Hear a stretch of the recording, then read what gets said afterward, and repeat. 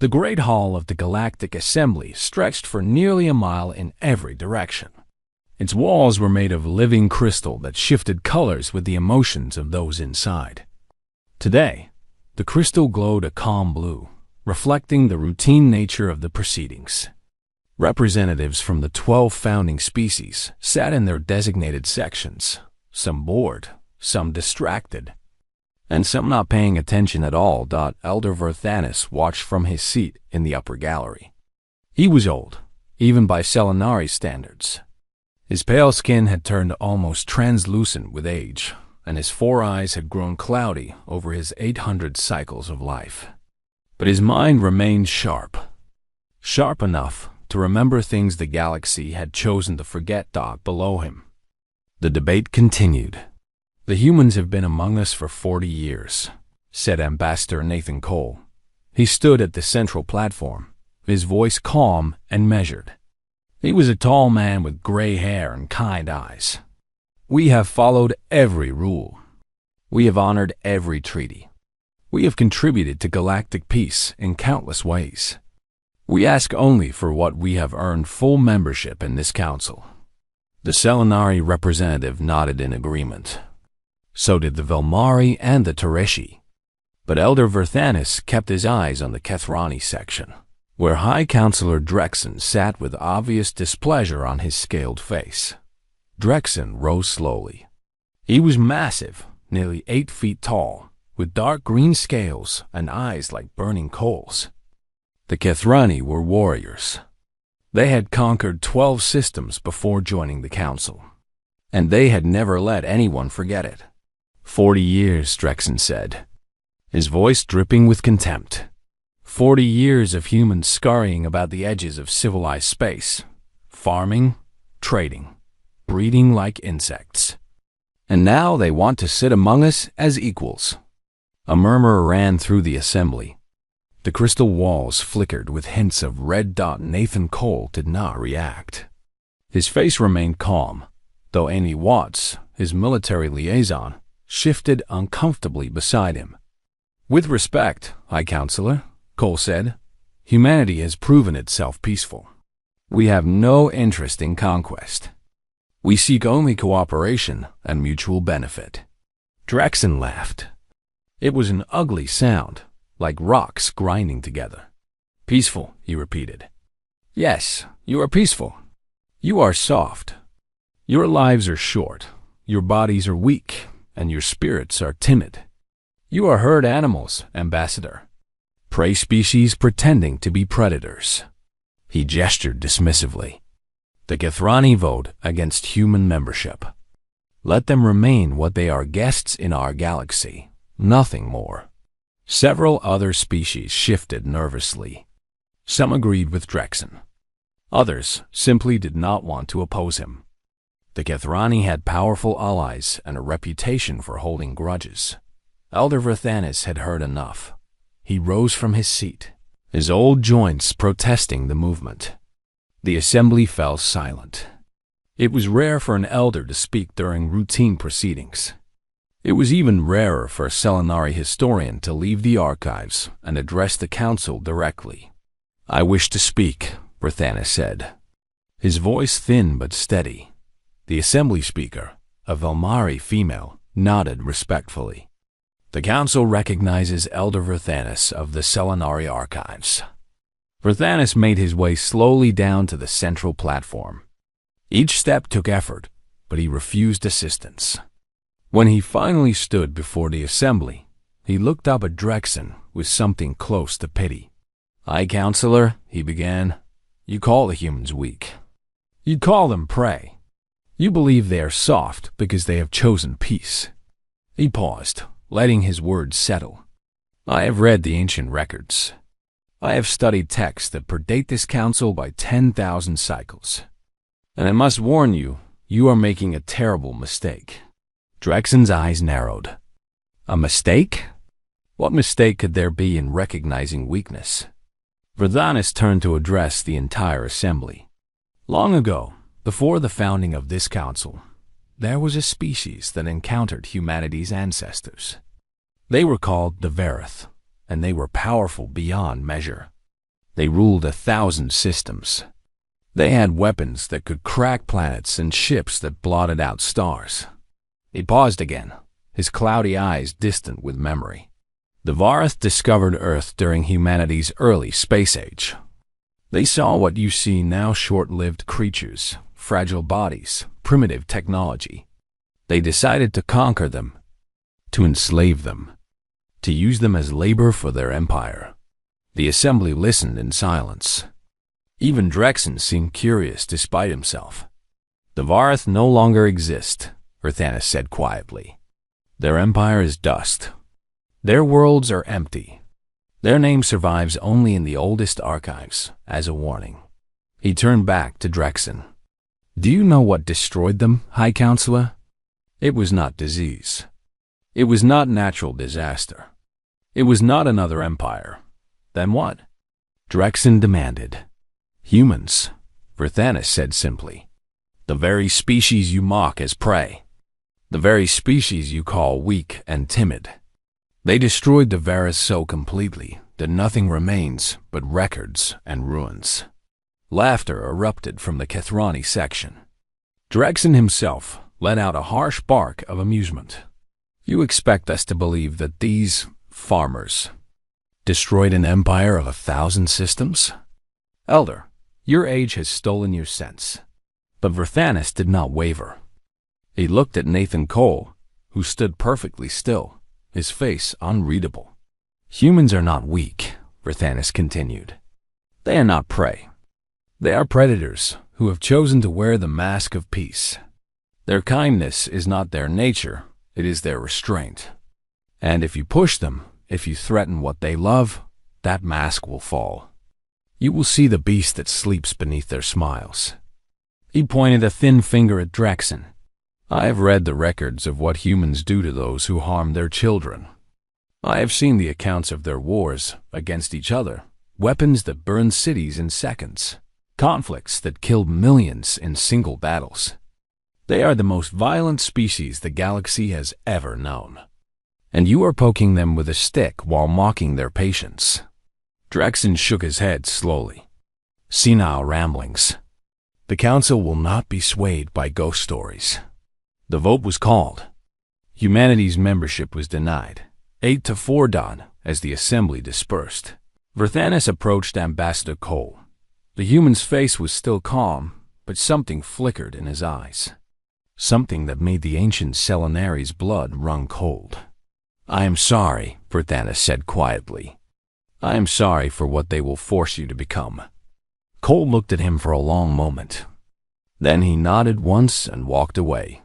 3 days later, a Kethrani war fleet began moving toward the human border. And Elder Verthanis returned to his archives to wait for the darkness he knew was coming. New Haven was everything its name promised. The colony sat in a green valley on Meridian 7, surrounded by golden wheat fields and orchards heavy with fruit. 15,000 people called it home. They were farmers, teachers, doctors, and merchants. They had built their community far from the politics of Earth and the games of the Galactic Council. They wanted only to live in peace. Governor Daniel Marsh stood on his balcony and watched the sunrise paint the mountains pink and gold. He had been a teacher once, back on Earth. He came to New Haven to escape the crowded cities and give his daughter a better life. Now he led this community of dreamers and builders. His communicator buzzed. It was Lieutenant Katie Vance, his security chief. Governor, we have a problem. Daniel's stomach dropped. Katie never called unless it was serious. What kind of problem? The kind with 40 warships, Kethrani. They just dropped out of hyperspace at the edge of the system. They're heading straight for us. Daniel was in the command center within minutes. The small room was crowded with worried faces. Katie Vance stood at the main console, her jaw tight. She was young, barely 30, but she had served in Earth's military before coming to New Haven.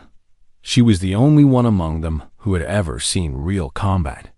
Can we contact them? Daniel asked. They're not responding to hails, Katie said. But they're broadcasting a message on repeat. She played it. The harsh voice of a Kethrani commander filled the room. Human colony designated New Haven. You are occupying space that has been realigned to Kethrani territorial authority. You will surrender immediately and submit to processing. Resistance will result in termination. You have 1 hour to comply. The room fell silent. Dr. Paul Hendricks, the colony physician, spoke first. Processing? What does that mean? Slavery, Katie said flatly. Or worse. The Kethrani don't take prisoners the way we do. Daniel grabbed the communication console. This is Governor Daniel Marsh of New Haven Colony. We are a peaceful agricultural settlement.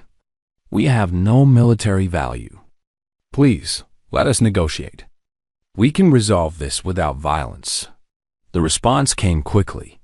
A young Kethrani appeared on screen, his scales darker than most, his eyes filled with eager cruelty. He wore the insignia of a commander. I am Commander Drexen the Younger, he said, son of High Counselor Drexen. There will be no negotiation, human. Your species was denied council membership. You have no rights, no protections. You are nothing. Daniel kept his voice steady. Commander, there are children here, families. We are not soldiers. Please, show mercy. The young Kethrani laughed. Mercy is for equals. You are prey. The screen went dark. Katie was already moving. Governor, we need to evacuate everyone to the underground bunkers. Now. Daniel nodded.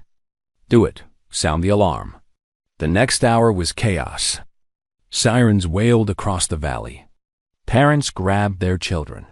Farmers abandoned their fields.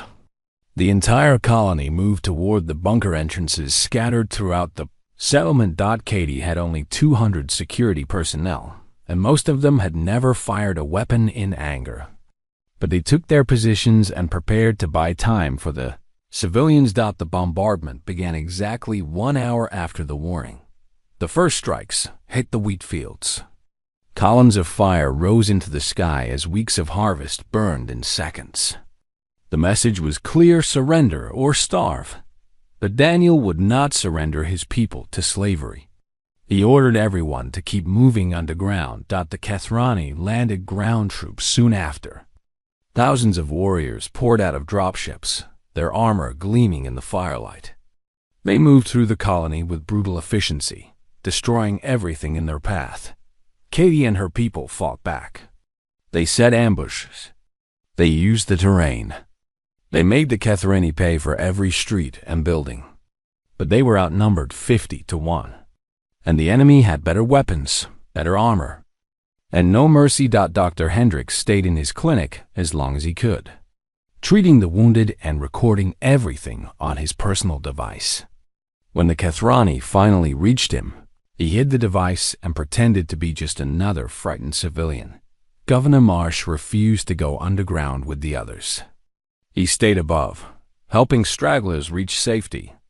When a group of children got separated from their parents, he found them and led them toward the nearest bunker entrance. They almost made it. A Kethrani patrol spotted them in the town square. Commander Drexen the Younger was with them. Wow, the young commander said, stepping forward. The governor himself. How convenient. Daniel pushed the children behind him. There were 7 of them, the oldest barely 10 years old. Take me, Daniel said. Let the children go. They're no threat to you. Drexen tilted his head, studying the human with cold amusement. You still don't understand, do you? We're not here for prisoners. We're here to send a message. Your species needs to learn its place. He raised his weapon. Daniel Marsh did not close his eyes. He stood tall, shielding the children with his body. His last thought was of his daughter. Safe in the bunkers below. The shot echoed across the burning colony. Katie Vance heard it from 3 blocks away. She fought her way to the square, but she was too late. Daniel lay on the ground, and the children were screaming, and the Kethrani were laughing. Something broke inside Katie that night. Something cold and hard took its place. She gathered the survivors. 200 had become 40. They retreated into the tunnels, sealing the entrances behind them. Above, the Kethrani declared victory and began loading captured civilians onto transport ships. Dr. Hendricks had one job left. From a hidden communication station deep in the bunkers, he transmitted everything, every recording, every image, every piece of evidence. The emergency beacon would take 3 days to reach Earth. When it arrived, the footage was played in a secure room deep beneath military headquarters. Admiral Ryan Torres watched in silence as New Haven burned. He saw Daniel Marsh die protecting children. He saw Kethrani soldiers executing farmers. He saw the faces of the dead 6,000 humans, including 1,200 children. His hands shook. Not from fear, not from shock, from something far older and far more dangerous. The officers around him waited for orders. Torres was known for his calm, his patience, his strategic mind. He had ended the Mars rebellions with minimal bloodshed. He believed in measured responses, but this was different. This was children. Torres stood slowly. His voice was quiet, but it carried the weight of absolute certainty. Send the 7th Fleet. Full mobilization. No restrictions. An aide hesitated. Sir, the 7th Fleet is our entire forward force. 300 ships. If we send them all, 300 is not enough, Torres said. Wake the reserves. All of them. Every ship. Every soldier. Everything we have. The aide's face went pale. Sir, that's... The galaxy doesn't know we have that many ships. Torres looked at the frozen image on the screen. A dead child lying in the ashes of her home. They're about to find out. The galaxy had always believed it knew the size of humanity's fleet. 200 ships scattered across their small territory. Enough for defense, not enough for aggression. The Council had monitored human shipyards for decades and kept careful records. They were certain of their numbers. They were wrong. When the first human fleet emerged from hyperspace, near the Kethrani border, sensor stations across 12 systems screamed warnings. 300 warships appeared where there should have been none. But they were not alone. More fleets followed. And more. And more. Within 48 hours, over 2,000 human warships had assembled at the border. The largest military force the galaxy had ever seen. Appearing from nowhere like ghosts from an empty void. On the galactic assembly world of Valanthos. Panic spread like wildfire.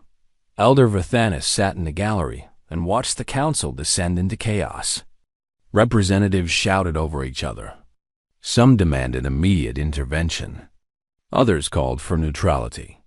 A few quietly began drafting surrender protocols, just in case. High Counselor Drexen stood in the center of it all, his scaled face twisted with disbelief. This is impossible, he snarled. Our intelligence showed 200 ships. 200? Where did they hide an entire armada? No one had an answer. Vathanis rose slowly. The assembly fell silent, remembering his warning from months before. I told you, the elder said quietly. I warned you what they were. You laughed. You called my words senile ramblings. He gestured toward the tactical displays showing the human fleet. Do you believe me now? Drexen's claws scraped against the stone floor. This changes nothing. The Kethrani military is the finest in the galaxy. Numbers mean nothing against superior training and technology. Today, Vathanis activated his personal display, projecting images into the air above the assembly. Let me show you what you are facing. The first images were from Earth's ancient history. Grainy footage of explosions that consumed entire cities in mushroom clouds of fire. Nuclear weapons, Vathanis explained. Humans invented these during their second global war over 300 years ago. A single bomb killed 80,000 people in seconds. They built thousands of them. They pointed them at each other for decades, knowing that using them would destroy their entire species. The assembly watched in horrified silence. They fought 2 world wars in a single generation. The second one killed 70 million of their own kind. 70 million. Counselor Drexen. More than the entire population of the Kethrani homeworld. Thanos changed the images. Trenches filled with bodies. Cities reduced to rubble. Mass graves stretching to the horizon. This is what humans do to each other when they disagree. This is the violence they are capable of. And they have spent the last century learning to control it, to channel it, to hide it behind smiles and handshakes and trade agreements. He turned to face Drexen directly. You killed their children. You destroyed their homes. You laughed while you did it. His voice dropped to barely a whisper. You have awakened something that should have been left sleeping. And now, High Counselor, you will see what happens when humanity stops pretending to be peaceful. Drexen's confidence wavered for just a moment. Then he straightened his shoulders. The Kethrani do not fear prey species. We will crush this fleet as we have crushed all others. He stormed out of the assembly to join his military commanders.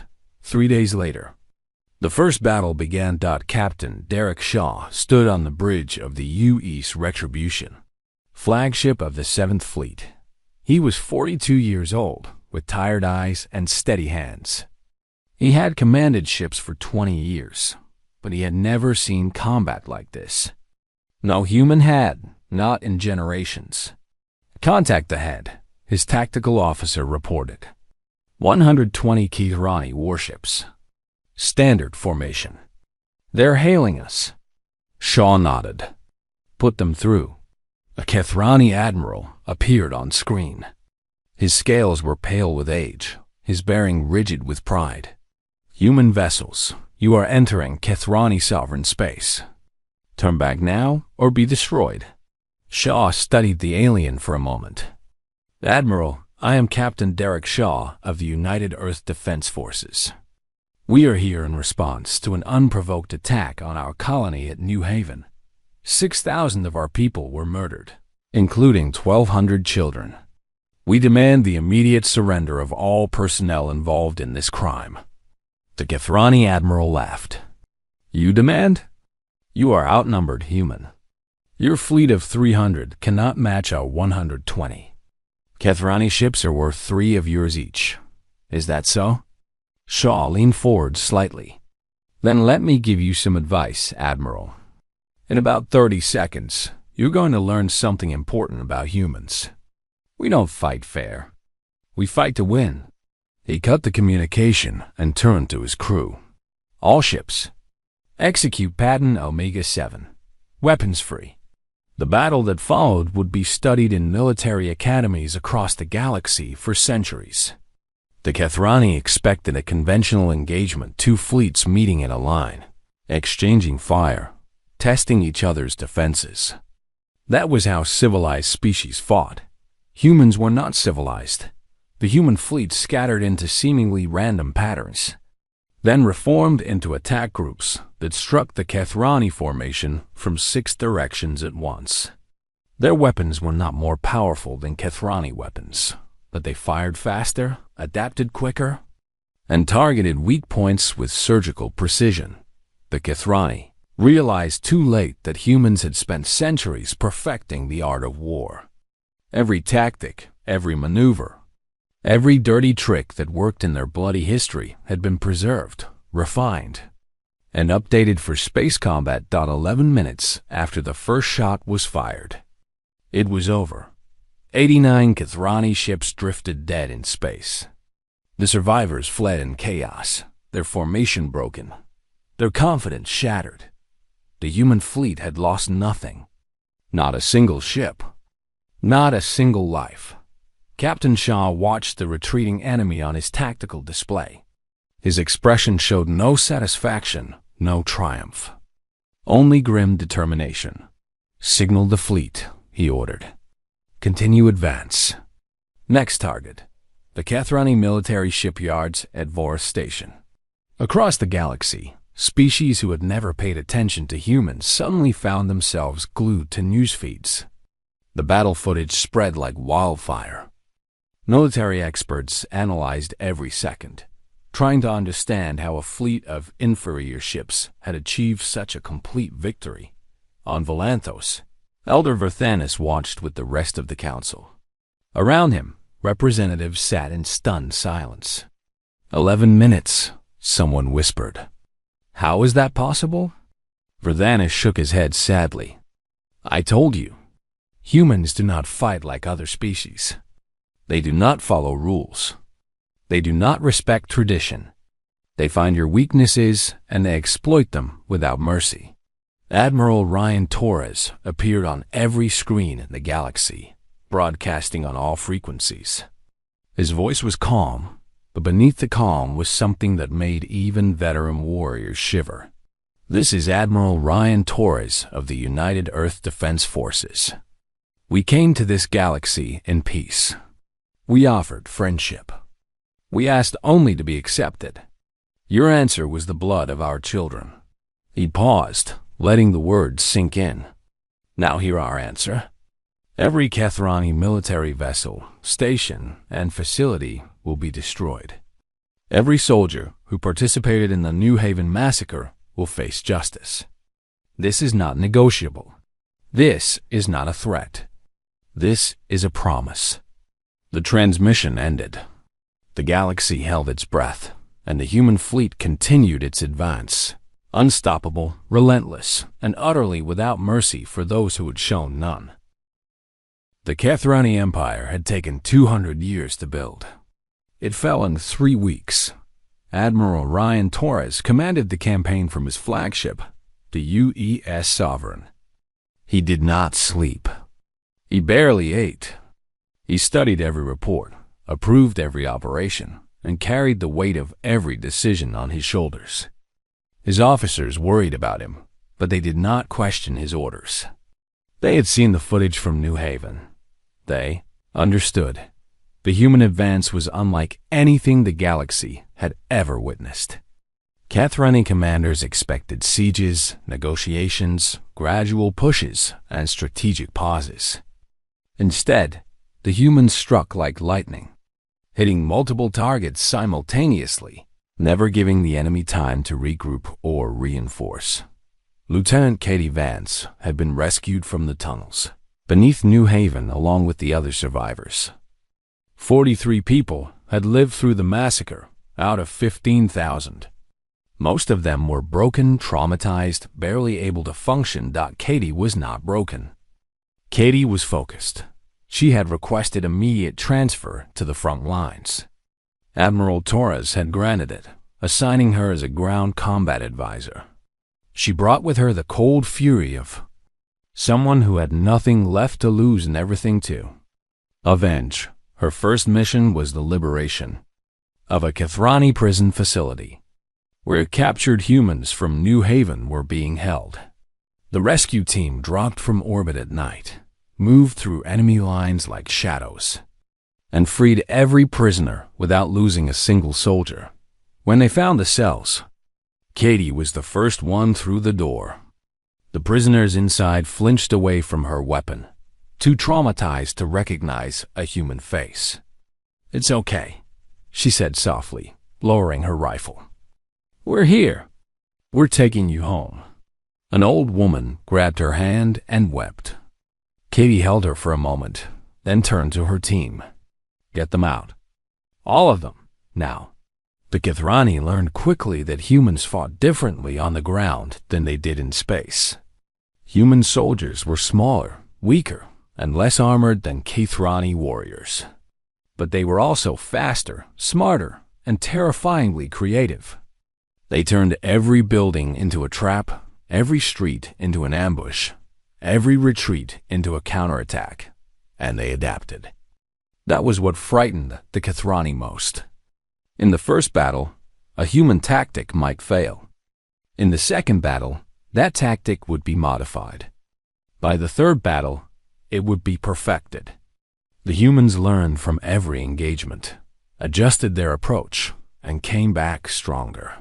"They're not fighting like soldiers," one captured Kathrani officer reported. "They're fighting like they've been doing this forever. Like war is their natural state." He was not entirely wrong. 2 weeks into the campaign, the human fleet reached the Kathrani core systems. The Empire's military was in ruins. Their fleets were scattered, their stations destroyed, their supply lines cut. Victory was certain. That was when Ambassador Lyra Sorvith arrived.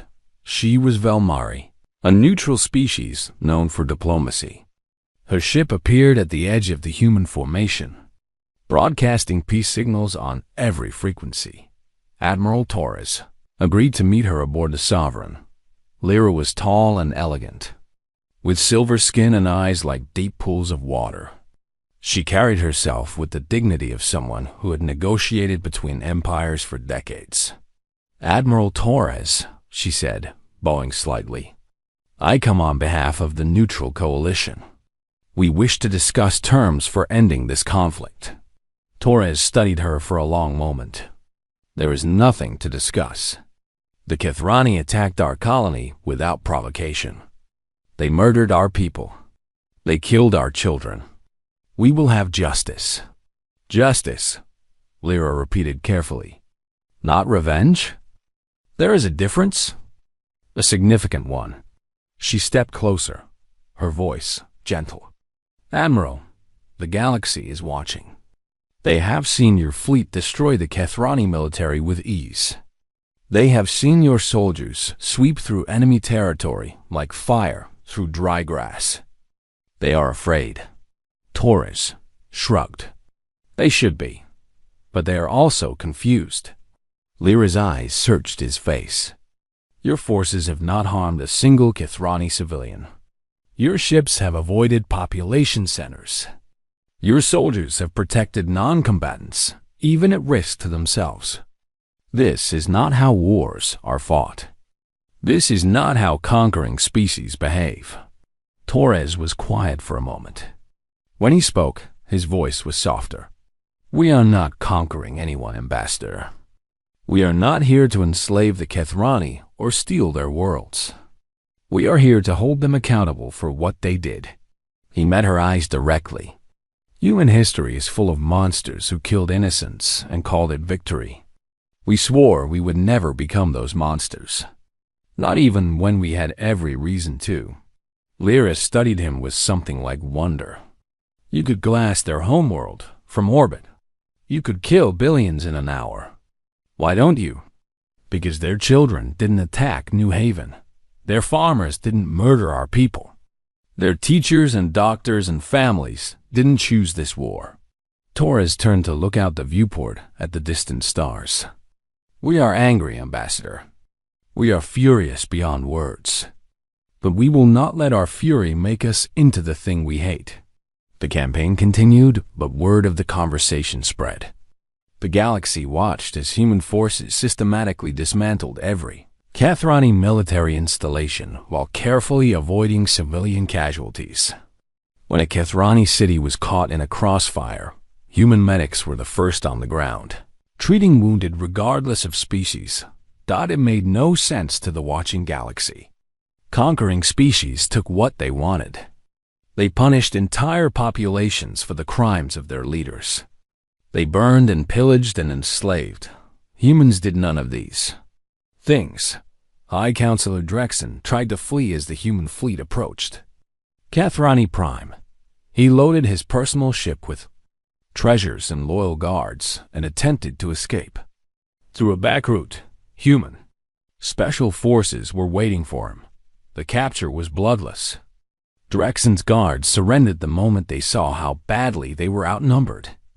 The High Counselor himself was found hiding in a cargo container, stripped of all his dignity and pride. They brought him to Admiral Torres in chains. Drexen expected torture. He expected gloating. He expected the kind of cruelty he would have shown to a defeated enemy. Instead, Torres simply showed him the footage from New Haven. Every death, every scream, every child crying for parents who would never come. Your son commanded that attack, Torres said quietly. Where is he? Drexen's defiance crumbled. Dead. He died in the first battle. Your ships. Good. Torres's voice held no satisfaction, only exhaustion. Then he's already faced his justice. You will face yours before a tribunal of all species. The galaxy will decide your fate, not us. Drexen stared at him, uncomprehending. Why? Why not just kill me? I would have killed you. I would have killed all of you. Torres leaned close. Because we are not you. We never were. That is what you never understood. He straightened and addressed his guards. Take him to the holding cells. Make sure he's comfortable. He has a long journey ahead. As Drexen was led away, he looked back one final time. His voice was barely a whisper. You were never weak, were you? You were holding back. All this time. Torres did not answer. The human fleet took position around Kethrani Prime. They could have burned the planet clean of life. They could have turned an empire into Ashdod instead. They sent a single message to the Galactic Assembly. The war is over. We demand justice for New Haven. Nothing more. Nothing less. And the galaxy, for the first time in recorded history, did not know what to make of a species that could destroy everything and chose to destroy nothing. 6 months had passed since the human fleet surrounded Kethrani Prime. 6 months of negotiations, tribunals, and difficult conversations. The galaxy was still trying to understand what had happened and what it meant for the future. The Galactic Assembly Hall was fuller than it had ever been. Representatives from every known species crowded the galleries, eager to witness history. The living crystal walls glowed with a complex mixture of colors, anxiety, hope, confusion, and something that might have been awe. Elder Vithanis sat in his usual place, watching the proceedings with ancient, tired eyes. He had lived long enough to see empires rise and fall, but he had never seen anything like this. The Kethrani Dominion was no more.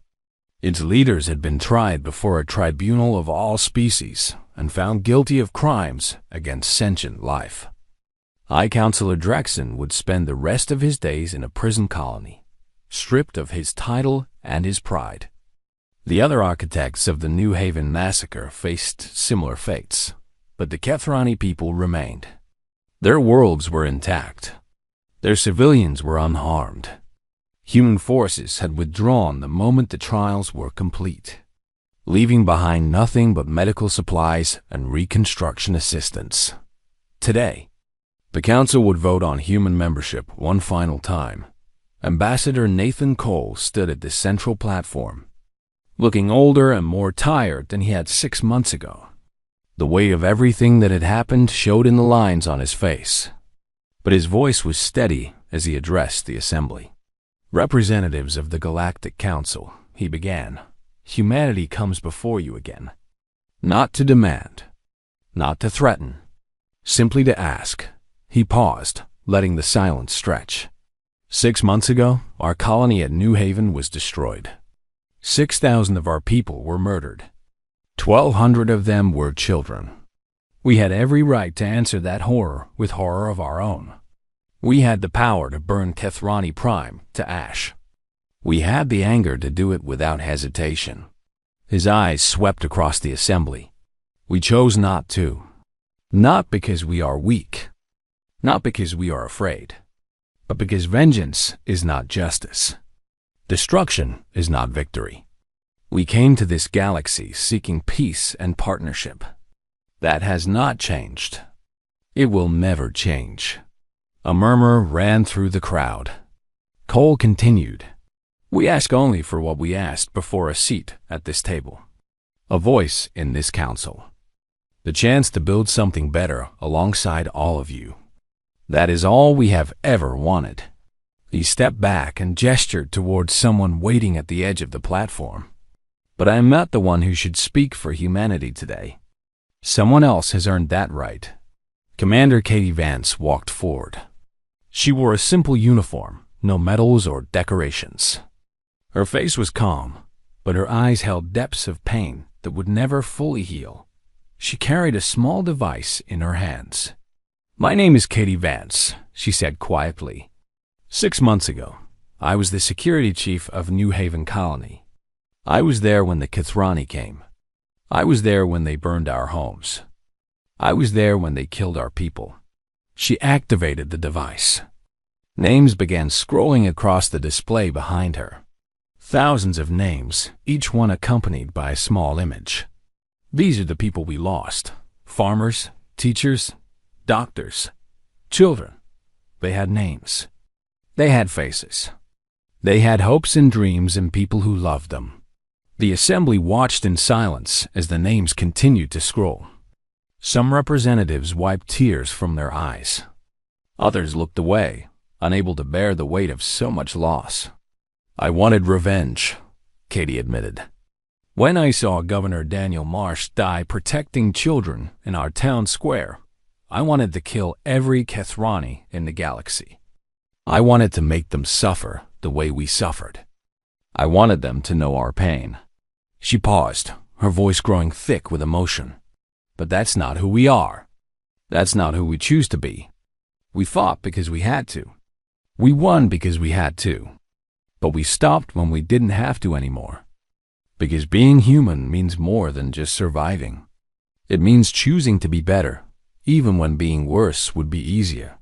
The names finally stopped scrolling. The last one was a little girl, no more than 5 years old, with bright eyes and a gap-toothed smile. Her name was Sophie, Katie said softly. She wanted to be a teacher when she grew up. She never got the chance. She looked up at the assembly, tears running down her cheeks. "I'm not asking you to feel sorry for us. I'm not asking you to fear us. I'm asking you to see us. We are capable of terrible things. So is every species in this room. But we are also capable of mercy, of forgiveness, of choosing peace when war would be simpler. That is what makes us human. That is what we offer this galaxy." She stepped back, and the assembly erupted in whispered conversation. The vote was called. One by one, the representatives cast their votes. The Selenari voted yes. The Velmari voted yes. The Tereshi voted yes. Even species that had previously opposed human membership changed their position.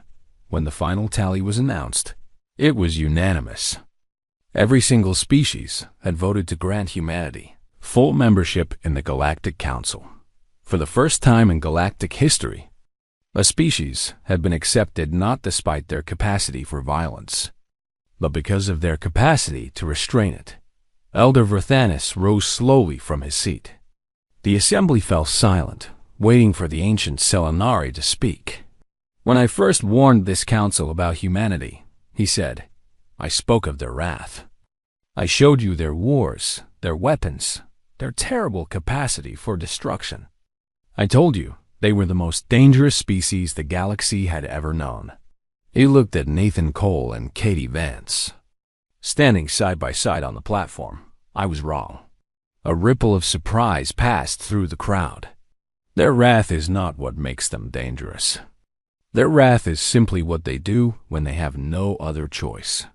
What truly makes humanity remarkable is not their ability to destroy. It is their ability to choose not to. He turned to address the entire assembly.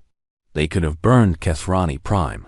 They could have enslaved an entire species. They could have taken revenge so complete that the word itself would have been redefined. Instead, they sought justice. They protected the innocent. They offered mercy to those who had shown them none. His ancient voice grew stronger. "I have lived for 800 cycles. I have studied the rise and fall of 100 empires. And I have never seen a species choose forgiveness when they had the power to choose annihilation. That is humanity's true weapon.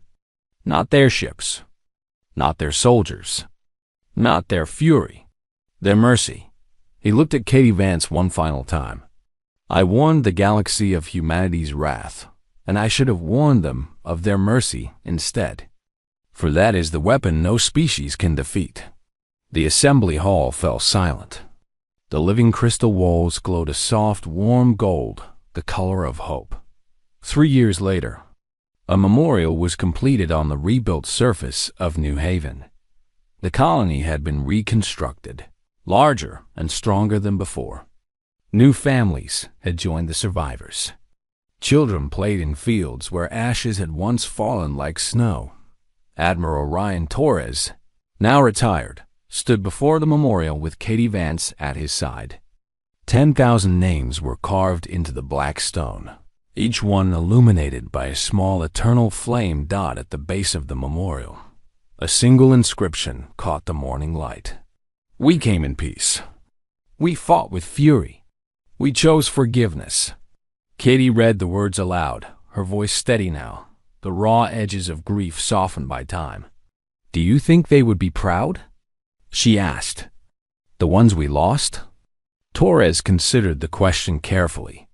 I think they would be proud that we didn't become the thing that killed them. I think they would be proud that New Haven is full of children again. He smiled sadly.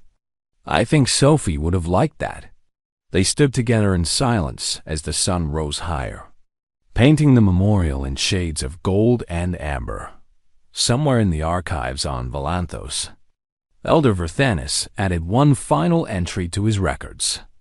A single sentence that would echo through galactic history for thousands of years to come. I warned them of humanity's wrath. I should have warned them of their mercy, for that is the weapon no species can defeat.